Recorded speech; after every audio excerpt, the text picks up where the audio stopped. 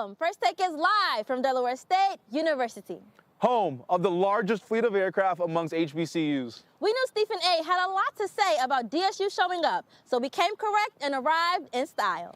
So Stephen A., Amina, Cam, we brought it with our entrance. Let's see yours. We want all the smoke.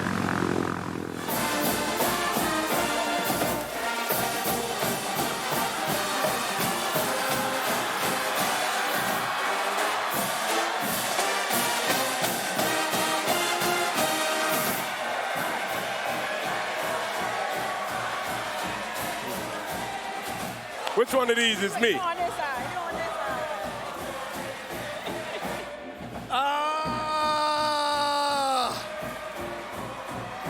I like this. I like this. I like this. Y'all bought the smoke.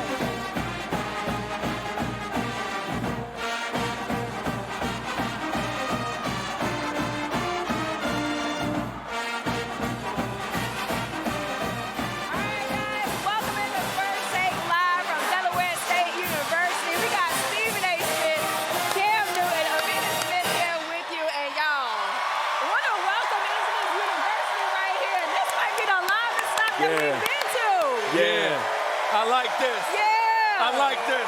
Downstage. I like this. That's what I'm talking about. Look at that. That's what I'm talking about, downstage. Downstage. Way to represent. Yeah, showing out, represent. We got Deshaun Jackson on the show today, the head coach here for the football team. Clint Portis as well. And they are still going. This is how you wake them up in the morning. What turn up then? What turn up then? What turn up then? What turn up then? Hello. What turn up then? Oh, yeah. Come on, man. Yeah. Yeah. Okay. All right now. All right, Stephen Anthony. Yep. Look, SA, they took the challenge literally, okay? No, for real. They said they had to show up in Charlotte, and they did that. I asked everybody, I said, listen, we gonna bring a national television show. You got to show up. You got to show out. And y'all did. It don't get much better than this. I gotta give it to y'all. No doubt. Yeah, no, they definitely No doubt. showing up and showing out there early this morning as well. And y'all brought the smoke. They asked you to bring the smoke. Y'all literally brought the smoke. Y'all out there. Y'all doing your thing. I mean, I'm excited. The only thing that we missing was like the Meek Mill intro. Hold up, wait a minute. Y'all thought I was finished? What about that? Not too much. You know, that come with a bill. That come with a bill. That come with a bill. Not too much. Not too much. Ratchet around here, man. It looks good. Jackson is expected to return this week from a hamstring injury that has kept him sidelined for the past 3 games, and he has a lot of work to do. The Ravens are currently 2-5, but are coming off a surprising win against the Bears. Baltimore are set to face the Dolphins tomorrow night for Lamar's return. Despite their poor record, the Ravens are a -125 to make the playoffs according to ESPN Bet. Our ESPN analytics gives the Ravens a 47% chance of reaching the playoffs. Stephen A., I'll start with you. How much pressure is on Lamar Jackson to take this Ravens team not only to the playoffs, but deep into the playoffs? Well, I'm not going to say deep into the playoffs. You got to get there first. I mean, they've struggled this year, no doubt about it. But this is Lamar Jackson we're talking about here. When healthy, arguably the most electrifying quarterback in the National Football League, clearly one of the greatest. We all know what he brings to the table. But with the expectations that the Baltimore Ravens had, we watched them the first 4 or 5 weeks of this season. Their defense looked like absolute trash. We're looking at their running game. We're wondering what the hell happened to King Henry. Now they got a victory last week over the Chicago Bears. Give them props for that. But considering the vulnerabilities of the Pittsburgh Steelers, whose defense is horrid, we know that Cincinnati's defense is non-existent. Cleveland can't score on me. So you got all of that going on. It's a prime opportunity for the Baltimore Ravens to take advantage of this opportunity. Lamar Jackson is coming back. The division is still there to be had. Over the last 2 years, the Pittsburgh Steelers lost their last 4 games of the regular season last year, plus the playoff. That's how they ended the game, losing the 5 straight weeks. Year before that, they finished 500 over the last 6 weeks. They show that they can crumble as the season wanes, which means that Baltimore has a prime opportunity. It is sacrilegious to think of the Baltimore Ravens not being a playoff team with Lamar Jackson in the lineup. He's been out the last several weeks. He's back now. I think they make a run. He knows he's got to make a run, and I think that's what's going to happen. Well, it needs to happen. And I don't think the pressure should be on Lamar Jackson more. Should the pressure be on the Baltimore Ravens defense? When I'm looking at the statistics, overall they're 28th. Pass defense, they're 28th. Rush defense, they're 23rd. When you're talking about scoring points and points allowed, they're 30th, right? When you're talking about how they should approach moving forward later on in the season or this point forward, just give your guys opportunity to make plays. We know what Lamar Jackson, Action Jackson, can provide to any football field, and it's electrifying. You would have thought it was 4th of July on the field every single time number 8 steps on the field. Now, the thing that we need to understand is really challenge the Baltimore Ravens defense, because even in last week's game, they gave up a lot of points. And if it wasn't for Nate Wiggins' interception late at the end, who knows what this would be.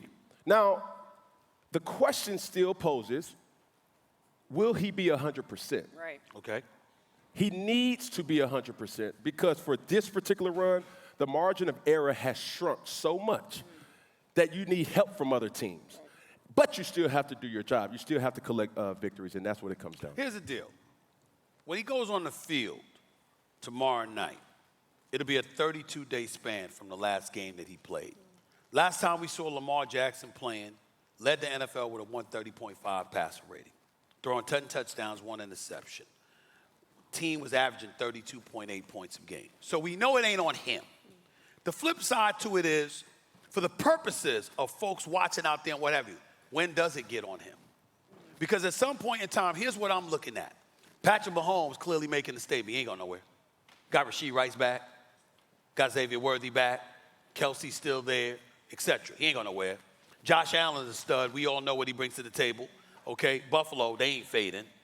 We got Daniel Jones as an MVP candidate. Cooking right now. All right, in Indianapolis. Daniel Jones. That's what we're talking about here, okay?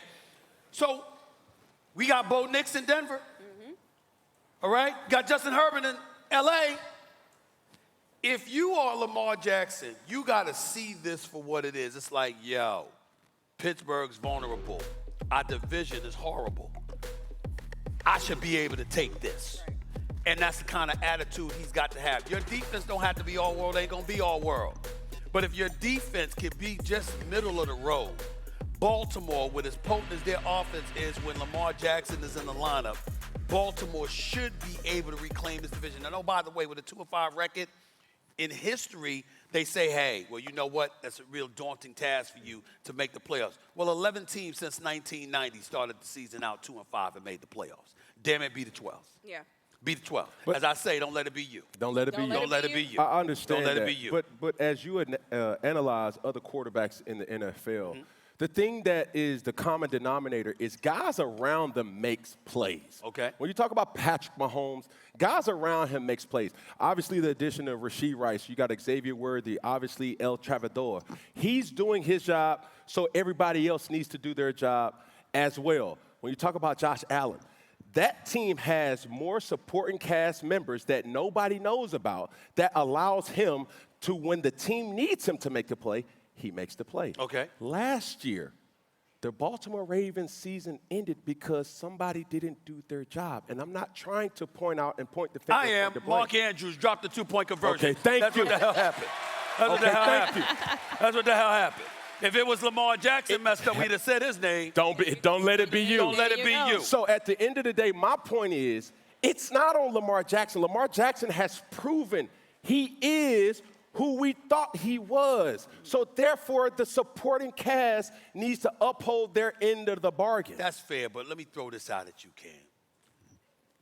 From a legacy perspective, historically, a lot of times, unfortunately, people don't remember the details. They just remember you didn't get there. Right. I'm saying what Lamar Jackson has to get to a point where he realizes you've been in the league long enough. You ain't been in the damn Super Bowl. We know it ain't you for the most part because we know how electrifying you've been. You're a 2-time league MVP. We get that part. But at some point in time, It's about you recognizing, I'm sick and tired of being at home watching this big game. Yeah. I'm sick and tired about being at the damn Super Bowl party. I'm sick and tired of hearing about this stuff and watching the damn commercials. I need to be there. Yeah. You see what I'm saying? Regardless of what the circumstances are, I got that part. But then Patrick Mahomes has just been finding a way. When it comes to Lamar Jackson and Josh Allen, you can't, at some point in time, it's got to sicken you to a point where I'm sick and tired of hearing that brother's name, seeing that brother on the big stage instead of me. What the hell do I have to do? Do I got to kidnap somebody? I don't know. What the hell I got to do? I got to figure it out.